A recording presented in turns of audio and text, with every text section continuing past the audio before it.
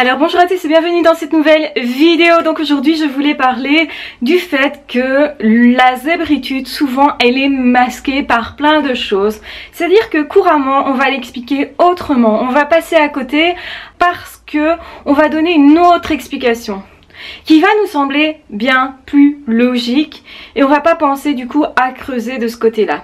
C'est-à-dire qu'il y a beaucoup de zèbres qui ne savent pas qu'ils sont zèbres précisément parce qu'ils expliquent leurs difficultés. Quand je dis difficultés, ça va être effectivement des expériences de vie compliquées. Ils vont expliquer ces expériences de vie-là en disant comme j'ai vécu des choses difficiles dans l'enfance, même dans la petite enfance, ou à l'école, c'est pour ça qu'à l'heure actuelle, aujourd'hui, en tant qu'adulte, je n'arrive pas peut-être à trouver ma place au niveau du job, ou bien c'est parce qu'au niveau scolaire, j'ai été harcelée, donc j'ai arrêté ma scolarité, du coup forcément, c'est plus compliqué de m'insérer dans le monde du travail, et ça expliquerait cette situation où je ne trouve pas ma place, ou au niveau du couple, peut-être je ne trouve pas ma place parce que relationnellement c'était compliqué, ou parce que justement au niveau amical, j'ai eu du mal à m'insérer parce que harcèlement, parce que difficultés relationnelles entre frères et sœurs, du fait justement d'être particulier. Donc on va dire je suis particulier parce que j'ai vécu une enfance particulière ou parce que j'ai des expériences particulières, parce que j'ai un passé plus particulier, on va dire ça. Donc beaucoup de personnes vont expliquer ça comme ça, ils vont chercher effectivement pendant des années dans la psycho, ils vont essayer de se comprendre effectivement à travers une analyse, une psychanalyse, ils vont essayer d'aller voir des thérapeutes, ils vont même y arriver, mais beaucoup vont passer à côté en disant oui, puisque vous avez vécu ça et ça, on va analyser, on va décortiquer le passé, on va décortiquer ce qui s'est passé effectivement et on va se dire c'est logique, ça explique.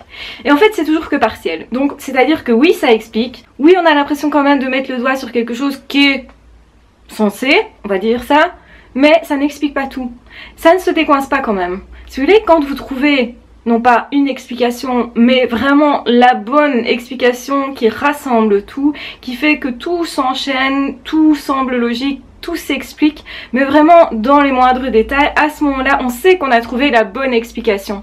Et c'est un peu ce qui se passe justement quand on se découvre zèbre. Beaucoup de personnes vont dire oui, mais à quoi ça sert d'aller passer un test de QI? À quoi ça sert de vraiment poser un diagnostic? À quoi ça sert d'être sûr de ça? Et bien entendu qu'on n'est jamais tout à fait sûr au début. Justement, on se dit oui, mais est-ce que c'est sûr? Est-ce qu'il n'y a pas une autre explication? Est-ce que je me reconnais pas dans quelque chose qui au fond n'est pas moi, alors qu'en fait tous les autres ils se reconnaissent pas là-dedans. Et en fait on cherche un petit peu aussi des échappatoires parce qu'on n'a pas vraiment envie que ça soit ça, parce que on se dit mais alors ça va être compliqué parce que je sais pas ce que je vais devoir faire de ça, et en plus ça veut dire que si j'avais les aptitudes, ça veut dire que quelque part je me suis gâchée, donc je vais devoir assumer le fait de m'être gâchée, d'être passée à côté de moi, de peut-être justement de pas avoir exploité ce que j'aurais pu exploiter, que ce soit au niveau relationnel, au niveau du boulot, au niveau de ma vie professionnelle, économique aussi, et de ma vie amoureuse, et même par rapport à mon rapport à moi. C'est certainement ça qui est le plus bousculé, c'est mon propre rapport à moi, à mon histoire, à mon monde quelque part, parce que quelque part, la carte du monde, on se la construit, c'est-à-dire qu'on a tous une façon de nous parler, d'intérioriser les choses qui ne sont pas les expériences, qui n'est pas le monde, qui n'est pas l'extérieur, qui n'est pas les gens. Donc c'est-à-dire on analyse en permanence les autres, le monde, ce qu'on vit, on va décortiquer tout ça, on va réanalyser en plus, donc on se dit c'est peut-être pas hyper tangible quelque part puisque c'est moi qui crée quelque part ma réalité. Et ça c'est tellement vrai. Mais ça veut dire qu'on a entre les mains énormément de puissance sur comment on vit les choses, comment aussi on en fait une force ou une faiblesse, comment justement on se construit, comment on se parle est hyper important. J'explique tout ça dans ma formation sur les zèbres, donc si ça vous intéresse, si vous êtes justement à ce stade, vous demandez qu'est-ce que je vais faire de ce diagnostic, à quoi ça peut bien servir au final qu'on me dise que je suis zèbre, ou même qu'on me dise que quelque part j'ai une certaine intelligence ou des capacités. Si je ne sais pas ce que je vais en faire ou comment je vais faire avec ça, eh bien sûr c'est compliqué. Donc ma formation elle répond à toutes ces questions là. Qu'est-ce que je fais avec ça? C'est extrêmement inventif, créatif, donc vous avez effectivement toutes des clés que je donne qui sont des clés avec lesquels vous pouvez construire. Donc c'est quelque chose qui part de vous, qui va pas, si vous voulez, vous cadrer dans quelque chose de fermé et d'oppressant éventuellement, en vous donnant des règles, il faut faire comme ça, comme ça, comme ça. La formation, c'est pas ça du tout, c'est plutôt voilà ce qui fonctionne, voilà comment certains ont fait, voilà comment vous pouvez vous parler pour arriver à tel ou tel résultat, voilà comment vous pouvez aussi réinterpréter les choses, parce qu'au final, là, tout est logique, tout s'enchaîne, tout se décortique et tout s'assemble aussi. Et c'est un peu un moment magique où quand on découvre que finalement on est zèbre, tout s'assemble, tout se comprend et surtout s'explique aussi toutes ces situations éventuellement conflictuelles ou difficiles ou justement particulières qui a fait qu'on a cru qu'on était en fait devenu particulier à cause de ça. Et à ce moment-là, on comprend qu'en fait, non, c'était antérieur à ça. C'est notre fonctionnement, notre façon particulière déjà de regarder les choses, la vie, de les interpréter, de les analyser, de recevoir beaucoup plus d'infos que les autres et de les traiter beaucoup plus, de vouloir aussi s'intéresser à beaucoup plus de choses. Tout ça, c'est un fonctionnement et plus on va s'accepter soi et plus on va aller vers soi, plus on va être heureux et puis on va pouvoir aussi en faire quelque chose pour soi et puis ensuite l'offrir aux autres. Parce que l'intérêt, c'est aussi de pouvoir créer des relations, de créer du beau avec ça, de créer quelque chose qui nous remplit intérieurement comme on ne l'a jamais été. Chercher le bonheur juste en se disant c'est parce que j'ai vécu ça que ça explique. Oui, ok, mais c'est pas suffisant. On sent que c'est pas suffisant de pleurer sur une blessure ou sur un événement, de passer son temps à parler d'un truc. On se dit ça peut décanter les choses, peut-être, mais pour un surdoué, c'est pas suffisant. Et c'est pour ça que tout ce qui est psychanalyse ne fonctionne pas avec les surdoués. Déjà parce qu'ils sont déjà pas mal analysés par eux-mêmes, ils s'analysent pas mal, ils décortiquent déjà pas mal, ils essayent de comprendre pas mal, et c'est certainement cette envie de comprendre ou ce questionnement, mais pourquoi moi j'ai loupé ça, ou j'ai pas réussi, comment les autres ont fait et comment ça se fait que moi j'en suis que là par exemple. C'est ce questionnement qui va faire que la personne arrive vers des vidéos, vers des bouquins, vers des psys éventuellement, des thérapeutes en tout genre, pour justement essayer de voir qu'est-ce qui bloque. Et donc je vous mets aussi en barre d'infos la formation que j'ai faite justement pour débloquer les choses, pour faire sauter toutes ces serrures, pour justement ouvrir l'horizon. C'est le but, c'est vraiment s'épanouir à votre façon, ça restera toujours à votre façon. Et justement, c'est aussi cesser d'expliquer sa surdouance en se disant c'est parce que mon passé n'a pas été facile, ou c'est parce que peut-être ma relation avec mes parents était particulière, ou peut-être parce que mon frère ou ma soeur ne me comprenait pas que. Donc c'est vraiment arrêter d'expliquer avec des prétendus problèmes psychologiques aussi. Parce que beaucoup de personnes vont se retrouver du coup en psychiatrie alors qu'en fait c'est pas leur place, vont se retrouver à chercher dans des pathologies alors que la zébritude n'est pas une pathologie, c'est juste un fonctionnement.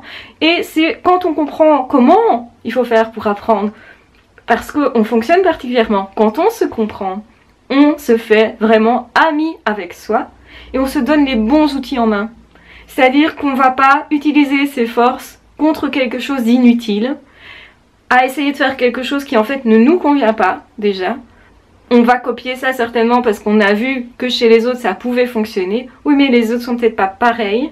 Donc c'est toujours se dire ok, je vais essayer sur moi un truc mais qui marche. Et c'est le but. C'est vraiment, la formation elle sert vraiment à vous guider. Je vous en reparle pourquoi, parce qu'il vous reste 5 jours pour en profiter à ce prix-là. Donc c'est important que je vous en parle et c'est important aussi de dire, arrêtez de chercher dans la pathologie. Vous n'êtes peut-être pas malade. Même si un thérapeute vous dit, c'est peut-être de la schizophrénie, c'est peut-être, vous êtes peut-être borderline, on met un petit peu tout ce qu'on veut en fait là-dedans. Ou peut-être il y a un peu de paranoïa, bah oui c'est vrai, si vous avez été harcelé c'est un peu normal. On va expliquer ça par plein de façons différentes. On peut même vous dire vous êtes un peu dépressif. Parce que dans la vie du surdoué, effectivement il va analyser beaucoup et donc effectivement ayant vécu des choses telles que celle-là, parfois il y a un certain désespoir de se dire je cherche et je trouve pas. Et c'est vrai que c'est désespérant et moi c'est ce que je veux faire, c'est vous dire arrêtez de perdre votre énergie dans des choses qui ne sont pas utiles pour vous. Faites des choses qui vous correspondent. Comprenez-vous, vous, Soyez fiers quelque part de qui vous êtes parce que vous fonctionnez comme ça et prenez votre juste place. C'est une fierté bien placée, c'est pas une fierté qui se place au-dessus des autres, c'est pas je vais être meilleur que ou mieux que. Non, je vais juste prendre ma juste place. Et la juste place c'est quoi? C'est une place épanouissante pour moi, qui me correspond, qui fait que finalement j'ai ce qui me convient dans la vie. J'ai plus la frustration de pas arriver à avoir un couple, de pas arriver à avoir des relations, des amis, de pas arriver à avoir une place professionnelle qui me correspond, dans laquelle je puisse m'épanouir. Parce que je sais justement ce qu'il me faut, ce que je cherche. Donc quand je vais vers un ami, je sais ce qu'il peut m'apporter ou pas. Et donc je vais pas lui demander des choses qu'il ne peut pas m'apporter, donc je vais pas non plus me rebeller qu'il ne m'apporte pas ça, ou être fâchée éventuellement qu'il m'apporte pas ça. Je vais juste être zen avec le fait que cette personne m'apporte ce qu'elle peut m'apporter et pas plus. Et si je veux plus, alors je sais que je dois me diriger éventuellement chez des personnes qui ont ces caractéristiques-là. Si je cherche quelqu'un de très intellectuel, je vais m'adresser à un haut QI. Si je cherche quelqu'un qui s'intéresse à la physique, eh bien je vais aller vers quelqu'un qui s'intéresse à la physique. Je vais pas aller chercher chez un sportif quelque chose qui justement n'est pas dans ses aptitudes parce que ça ne fait pas partie de ses intérêts. Ça veut pas dire que la personne ne peut pas un jour s'y intéresser, ça veut dire que cette personne-là, dans l'état actuel des choses, s'intéresse plutôt au sport. Et c'est très bien aussi. Si moi j'ai un côté sportif, je peux m'allier avec cette personne, avec ce côté sportif-là. Je peux en même temps me connecter avec l'autre là-bas qui a beaucoup d'humour, qui a un humour aussi assez noir, particulier, tout ça, qui moi ne va pas me choquer en tant que surdoué. Parce que justement l'autodérision, l'ironie, le côté un peu espiègle et tout ça se retrouve généralement chez le surdoué qui aime beaucoup jouer avec les mots. Donc je peux pas demander à quelqu'un qui n'aime pas les mots, qui n'aime pas d'écrire, d'aller justement me rencontrer à ce niveau-là. Donc vous voyez vraiment, vous allez demander aux personnes qui vous entourent ce qu'ils peuvent vraiment vous apporter. Il y aura beaucoup moins de frustration, ce sera beaucoup plus simple et plus libre. Vous allez vous identifier ce qui vous manque éventuellement et du coup vous saurez mieux où aller le chercher, où aller piocher, où aller demander et où aller offrir éventuellement aussi votre aide là parce que vous savez qu'il y a une certaine reconnaissance ensuite. Une aide ici, mais vous savez qu'ensuite il ne faut pas trop attendre justement de reconnaissance parce que cette personne, elle aura plus comme optique de continuer sa vie et tout laisser derrière parce que n'aura plus envie de penser à ça. Donc tout ça, vous saurez à l'avance ce qui va se produire et au final, vous ne serez pas meurtri de ça. Vous prendrez la vie beaucoup plus avec légèreté, avec en fait comme un jeu, avec aussi cette envie de partage, avec toutes les limites que ça présuppose, mais aussi tous les possibles de ça. Et donc vraiment, se découvrir surdoué c'est tout ça. C'est pas juste tiens, on met un QI et voilà, t'as une jolie étiquette, maintenant tu te débrouilles. C'est pas ça du tout. Et il y a énormément de personnes qui font ça, qui font juste le diagnostic et qui vous disent ensuite tu te débrouilles, je sais pas quoi faire avec ça. Et c'est pas de leur faute, la plupart ne sont pas surdoués. Donc ils savent pas très bien eux-mêmes ce que vous devez en faire parce qu'ils ne ressentent pas intérieurement. Les surdoués, il y en a beaucoup qui sont perdus eux-mêmes, qui essayent de faire comme tout le monde, ça fonctionne pas, ils savent pas pourquoi, ils savent pas du coup vous expliquer pourquoi ça fonctionne pas, mais il y a quand même une partie, heureusement de plus en plus importante, et je veux vraiment que cette partie-là elle grandisse dans les années à venir, donc qu'il y ait de plus en plus de personnes qui aient les outils en main pour savoir exactement ce qu'ils peuvent faire de tout ça. J'ai pas dit ce qu'ils doivent faire. Donc le but c'est pas non plus de se mettre une pression sur les épaules parce que comme tu es surdoué tu dois forcément réussir, ou tu dois forcément être intelligent, ou tu dois forcément être riche, ou tu dois forcément avoir plein d'amis, ou tu dois forcément bâtir une famille avec plein d'enfants. Non, tu bâtis ce que tu veux, tout simplement. Et donc voilà, moi mon but c'est ça. Donc la formation est dans le lien si ça vous intéresse. Arrêtez de chercher et de courir derrière des explications psy, voire psychiatriques, ce qui est plus grave. Ne passez pas votre temps à expliquer un passé douloureux. Vous avez eu des épreuves, mais ça ne vous arrêtera pas du tout. Vous avez la résilience qui vraiment, en contrepartie, équilibre le truc. Mais vraiment. Et en fait, vous pouvez en tirer énormément. Donc, c'est-à-dire de tout ce que vous avez vécu. C'est un peu comme si vous aviez un panier avec plein de trésors dedans. Les trésors représentent chacun des événements compliqués que vous avez vécus. Mais quand vous les dépassez vraiment, vous allez voir qu'au fond, le cœur, en fait, du trésor, c'est vraiment un diamant.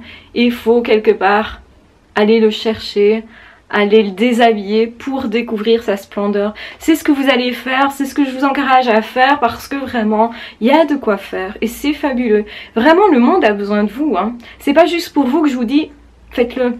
Faites-le aussi pour les autres. Faites-le aussi pour le monde. Faites-le aussi pour faire avancer les choses parce qu'il y a beaucoup de choses à mettre en place encore et ça vaut vraiment la peine. Et donc voilà, je vais arrêter cette vidéo ici parce que non seulement j'ai dévié de mon sujet de départ comme d'habitude, et le sujet de départ c'était vraiment d'essayer de vous dire mais ne cherchez plus dans vos expériences passées le pourquoi c'est difficile aujourd'hui comme un prétexte au final pour que ça ne bouge pas, pour ne pas y arriver. Donc ne cherchez pas des explications au fait que vous n'êtes pas en train d'y arriver. Cherchez plutôt des comment je peux faire pour débloquer la situation. Parce que c'est possible et c'est ça qui est important que je vous dise dans cette vidéo. Oui, c'est possible pour vous. Un zèbre peut vivre heureux et je dirais même que les zèbres ont beaucoup plus de possibilités d'être heureux. Je vous embrasse bien fort. Je vous aime très fort, prenez bien soin de vous et de toute façon on se retrouve très vite dans d'autres vidéos ou dans d'autres podcasts et si vous le souhaitez, le lien de la formation est en dessous de cette vidéo et au même prix encore pendant 5 jours donc profitez-en. Je vous embrasse bien fort, à ciao, bye bye.